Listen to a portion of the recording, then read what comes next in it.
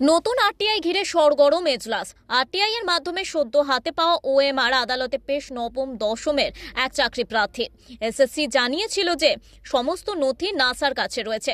মন্তব্য বিচারপতি দেবাংশু বসাকের। আর কত ভুল করবেন, 2024-এ এসেও ভুল করছেন। এসএসসি কে প্রশ্ন বিচারপতির। এদিন নাম না করে এবার কলকাতা হাইকোর্টের দুই বিচারপতি অভিজিৎ বন্দ্যোপাধ্যায় এবং অমৃতা সিনহাকে বিধলেন কল্যাণ বন্দ্যোপাধ্যায়। এই দুই বিচারপতি শুধুমাত্র বিকাশ রঞ্জন ভট্টাচার্যের কথা শুনে রায় দিয়েছেন। সওয়াল কল্যাণ বন্দ্যোপাধ্যায়ের। বিচারপতি অভিজিৎ গাঙ্গুলি সিবিআই এর 6 জন আধিকারিককে নিজের চেম্বারে ডেকে পাঠিয়েছিলেন।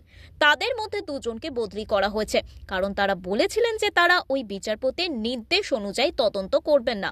সওয়াল কল্যাণ বন্দ্যোপাধ্যায় 2007 থেকে 2016 পর্যন্ত 70টি মামলায় এসএসসির হয়ে নিয়োগের সম্মতি দিয়ে তারপর বিচারপতি হয়েছেন।